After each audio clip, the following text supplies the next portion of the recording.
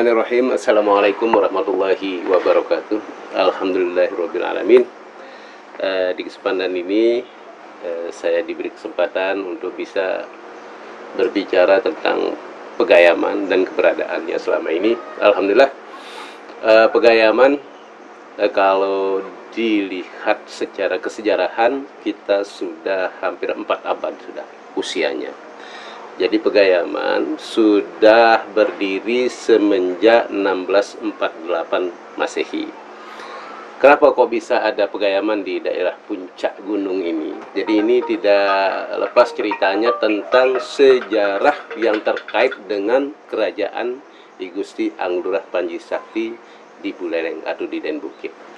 Jadi kedatangan daripada umat Islam yang ada di desa Pegayaman ini adalah hasil sebuah rekrut laskar dari kerajaan Blambangan ketika I Gusti Anglurah Panji Sakti membuktikan janji politiknya untuk menyerang Blambangan pada tahun 1648 itu, dan pada saat itulah berhasil menyerang Blambangan dan menaklukkan Blambangan dengan bekerja sama dengan kerajaan Mataram pada saat itu yang dipimpin oleh Amangkurat I pada saat itu. Dan untuk penyerangan daripada Raja Mataram, Kerajaan Mataram ke Blambangan dipimpin oleh Tumenggung Danupaya. Dan pada saat itulah mengadakan kerjasama bagaimana untuk bisa menaklukkan Blambangan bersama. Dan pada saat itulah mulai adanya rekrut 100 orang tentara Muslim yang kemudian dibawa ke Buleleng dan diletakkan di sebuah pegunungan yang penuh dengan hutan gatep. Ya, kalau dengan bahasa Jawanya adalah gayam, kemudian disebutlah Pegayaman. Nah, itu dari sisi nama Pegayaman itu berasal dari dua unsur, dari dua filosofi, yaitu yang pertama dari pohon gatep gayam, Pegayaman, dan yang kedua adalah dari urang kenya keris Gayaman. Urang ke keris ini dari hasil yang saya dapat dari Museum Surakarta. Sudah saya ngadakan wawancara dengan para guide museum ya di tempat itu setahun yang lalu saya ke sana. Jadi urang ke keris itu adalah urang ke Gayaman yang memang dimiliki oleh Kerajaan Mataram. Dan itulah dua unsur nama Pegayaman, yaitu berasal dari pohon gatep Gayaman dan urang kenya keris, yaitu keris Gayaman juga. Dan itu memang bentuknya juga hampir mirip dengan buah gatep itu. Kemudian seiring dengan waktu Pegayaman berkembang sesuai dengan dibutuhkannya Pegayaman sebagai laskar rekrut 100 orang tentara ini sebagai sendi keamanan daripada kerajaan Buleleng, dengan diberikannya wilayah di wilayah pegunungan ini dari tempat saya duduk ini. Jadi perbatasannya ini dengan desa Pegadungan, desa Padang Bulye, desa Silangjane, desa Gitgit, sampai ke perbatasan Tabanan. Jadi sampai di perbatasan dengan Bedugul. Sampai di sana ada namanya desa Kembang Merte. Nah, sampai di sana kurang lebih luas wilayahnya 2000 hektar dulu sebelum dimekarkan. Dan sekarang tinggal lagi 1598 hektar. Setelah dimekarkan menjadi dari desa Benyah namanya dulu desa Benyah namanya desa Pancasari di lapangan bola Baliandara Kusaido. Nah, sekarang menjadi desa Pancasari. Kemudian sekarang batas sebelah selatannya Pegayaman itu ada di Pura Tirta Ketipat. Kalau sekarang ada proyek Turyapada, yaitu Tower Turyapada yang dibangun oleh Bapak Koster, yaitu ada wilayahnya di wilayah Pegayaman. Dan itulah perbatasan arah selatan dengan hutan GG. Dengan sekarang kakak Pegayaman berjumlah 1620, kemudian jiwanya 7300-an. Kalau hak pilih untuk 2024 ini sudah 5450-an lah hak pilih Pegayaman. Nah, inilah Pegayaman. Kemudian tentang agama yang ada di sini adalah mayoritas Islam. Mungkin untuk Hindunya sekarang jiwanya sekitar 400, dan itu hanya berada di sekitar shortcut yang ada di Dusun Amertesari. Nah, itulah Pegayaman. Lagi kalau diruntut lagi secara dinamika perkembangannya selama 4 abad ini, Pegayaman itu mempunyai 6 keunggulan. Yang pertama, Pegayaman itu jelas tercatat dalam sejarah, Babad, Dagregister, dan naskah-naskah yang lainnya yang banyak dibahas oleh penulis-penulis sejarah. Kemudian yang kedua, Pegayaman ini adalah sebagai desa sejarah. Artinya kenapa? Dilihat dari masa atau dari 4 abad ini, Pegayaman ini sudah bisa membentuk sebuah sejarah yang banyak selama 4 abad ini. Sehingga saya pernah menulis bahwa Pegayaman itu mampu membuat sebuah peradaban lokal. Kemudian Pegayaman ini adalah sebagai desa unik.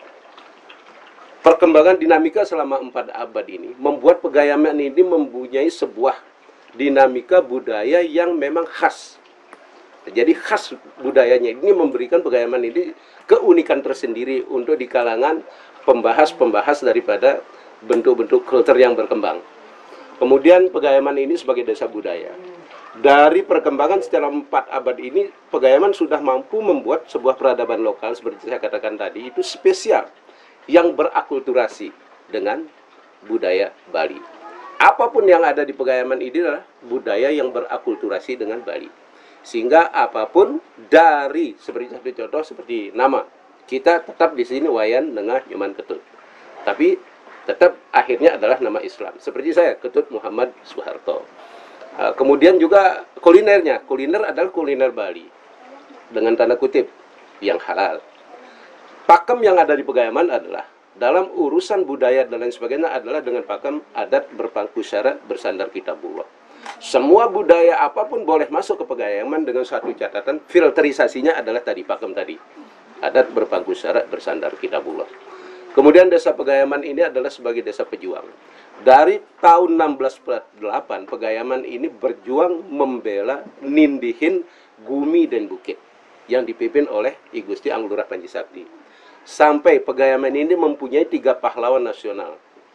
Maman Bahrul, Maman Pauji, dan Maman Harunan. Itu adalah pahlawan nasional. Artinya, itu pun mereka berjuang sebagai tanda, sebagai bela terhadap tanah air.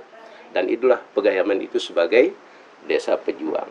Nah, inilah Pegayaman, ada 6 keunggulan yang mewarnai dari 4 abad perkembangan dinamika Pegayaman ini bisa membentuk sebagai sebuah peradaban lokal di tingkat lokal seperti ini. Kenapa saya mengatakan demikian? Sebab Pegayaman ini kemanapun akan diketahui oleh orang bahwa kami adalah orang Pegayaman. Dari sisi bahasa, dari sisi nama, dari sisi identitas lainnya tuh Pegayaman tuh punya ciri khas tersendiri. Makanya tidak salah terkadang kami menyebut bahwa desa Pegayaman adalah desa tertua di Bali. Dalam urusan yang 6 identitas itu, kami bisa mewakili Bali. Kami bisa mewarnai Bali, kami bisa membangun Bali. Betul dikatakan bahwa umpamanya seperti Gel-Gel adalah desa tua. Desa tua di tahun 1383 Gel-Gel sudah ada.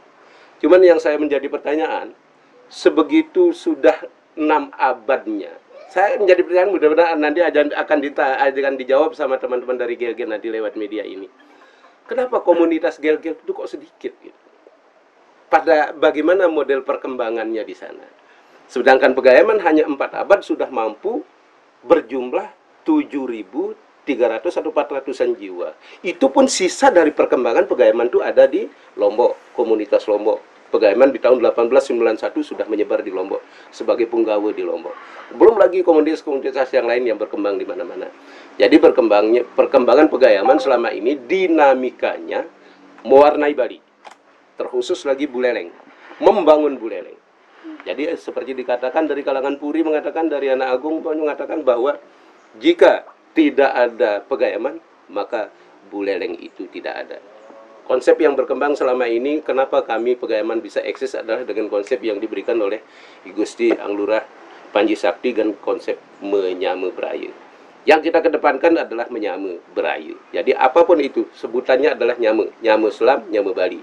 Nyame Hindu, nyame Islam, nyame Hindu, nyame Bali. Itu adalah satu konsep dasar bagaimana bisanya bertahan Pegayaman sampai 4 abad ini. Jadi, untuk teman-teman semua, sebagai pemerhati daripada sejarah, jika penasaran, mari datang ke Pegayaman untuk mencari data di Pegayaman. Secara akademisi, kami akan ladeni semuanya. Terima kasih banyak. Terima kasih.